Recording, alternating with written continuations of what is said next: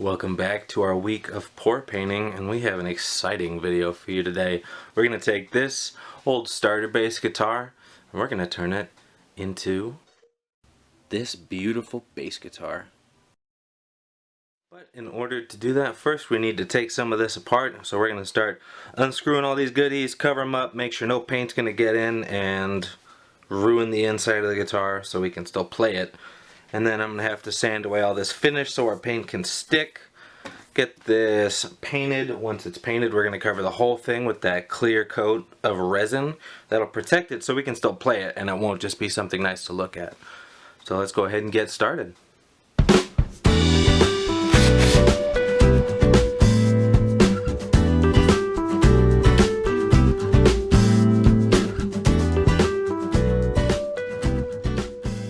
So it wasn't until I was actually most way through sanding this surface of the base, I was wondering why it was taking so much effort to really scrub into this and get rid of the stain a bit, get rid of the sealant on the surface. And then I realized, looking at a little old chip from a show way back in the day, that this is actually a plastic dip base. This is plastic that is around the surface, which means I'm not going to get that off without a ton of heavy duty sandy, which could potentially alter the shape and the sound and the ability to put this back together. So I just scuffed up the surface of the plastic real nice, gave it a lot of little grooves and stuff. That should be more than enough work to let the paint stick on. And worst comes to worst, if this does turn out to just be a display piece, this thing was like 25-30 bucks, so I certainly can afford that. I want the top of this to be the conversation piece. I want the top and the sides to be where the focus on the paint is, which means I'm going to do pouring on the back first, and once the paint dries then I can flip this back over, pour on the top. We'll have both sides covered so there's no weird discontinuity. It'll look all the same brands of paint and colors and stuff like that. So we're going to start with the back. And you saw that I had as much either frog taped or covered in plastic so that when we paint this, only the surface is going to get covered and the rest of it will be safe for when we're done. So with that, I'm going to start putting some paint in these cups. We got silicone and we're going to get ourselves a little guitar painted. Get this in your... yeah, you should be able to see more of it. There we go. We're going to get this guitar painted.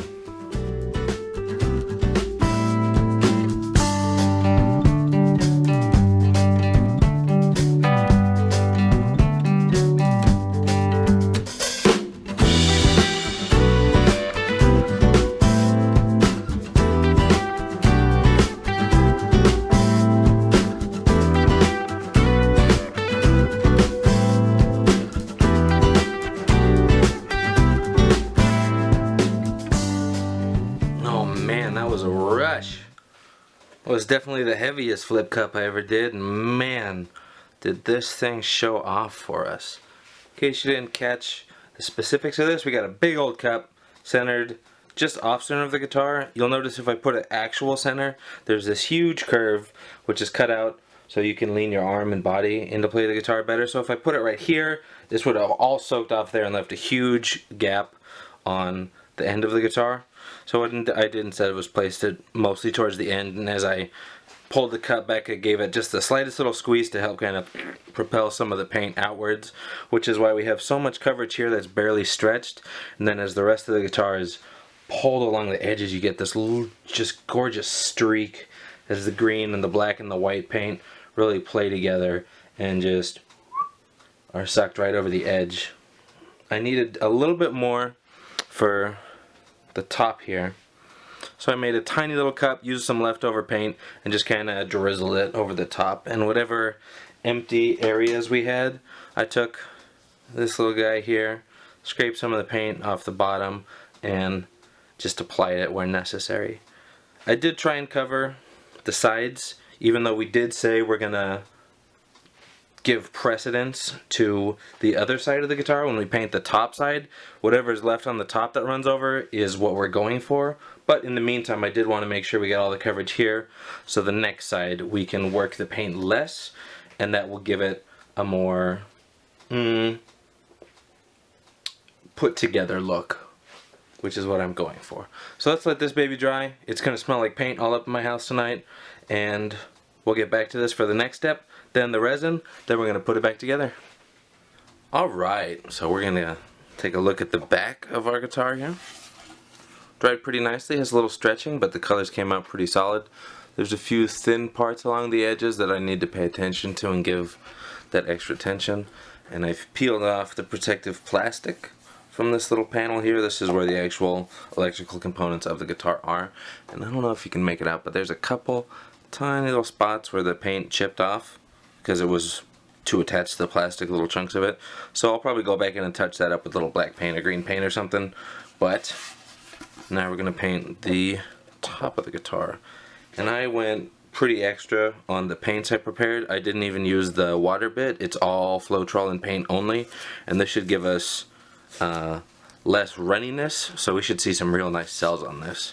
This piece of masking tape was used to keep the pickup in the guitar.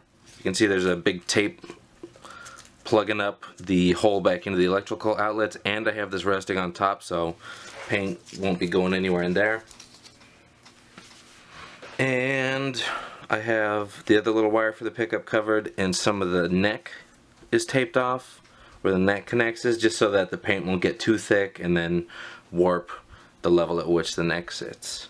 Finally, you may have noticed little bits and pieces scattered everywhere. That's because I have been taking a little straight razor. This is not a straight razor. I've been taking a little razor blade, safety blade, and just kind of knocking off these little lumps of paint on the top, because as the paint had dripped up around the sides, the points that it was pooling up and dripping off the guitar, those end up a little lumpy, and if I don't shave those off, then they're going to end up as a texture on the finished product. So I'm not trying to shave off everything on it, just the big lumps and the big pieces like that. And that should be good enough. There we go. Last point I want to call out, I don't know if I've ever talked about this, but I do use a level to make sure my surfaces are good.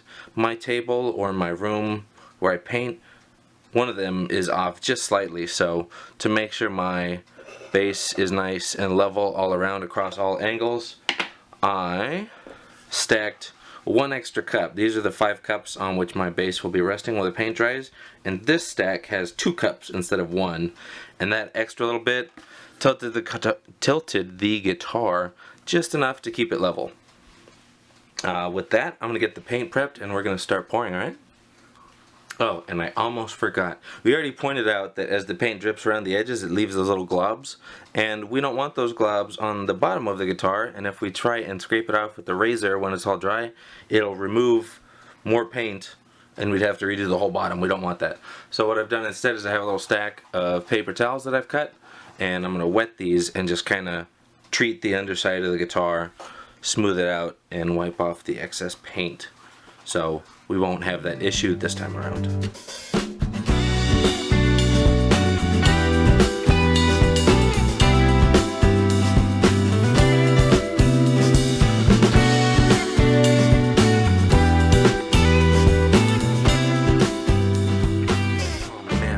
This excited for a project in a while. We have the guitar, the back is painted, the top is painted, I've reassembled it.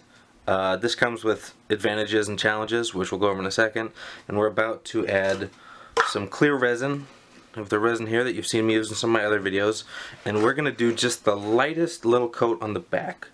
The reason we're doing a very light coat is, one, if we keep the amount of resin very thin, it'll cover the paint and protect it from scratching and chipping, and it won't dribble down the sides. If we keep it too thin, then the surface tension between the resin and the tiny little bumps in the paint will prevent it from leaking off. But it's a very, very, very thin amount, which is why I will be using gloves to just spread it over the edge and get it covered there. That's the resin. For the advantages and challenges, assembling the guitar now means that I don't have to worry about any resin seeping into the area. With the electrical components, I can just pour the resin and be good. I don't have to do any cleaning or maintenance. I can just set it and forget it. So that is first and foremost the reason why I'm doing this. A disadvantage to setting the guitar up ahead of time is it's very unwieldy. I had to add some extra little bits to make sure I can have the guitar sitting level. Remember, we have our level to make sure the resin won't go slipping everywhere and creating weird lumps as it cures. So it's level, but I had to kind of rig this up pretty fancy. So I'm not showing this to you just yet, but we'll take a look at the whole guitar before the video's over.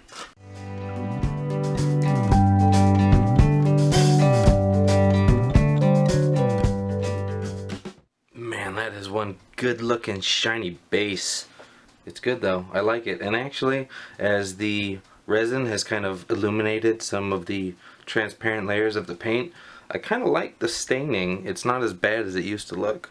It's got an interesting feel to it. It's got dimension. And it's brought new life to some of the colors underneath. The greens are already looking more vibrant. The yellows are richer. The blacks and the whites have more subtle tones in between them. This is one of the reasons why many artists love sealing their paintings with resin. Aside from the obvious protection advantages, it just makes it look so good. And we have the majority of the resin left for the top of the guitar, so we can do a nice thicker layer and make it real glossy and shiny. Alright, but we'll come back to that in just a second.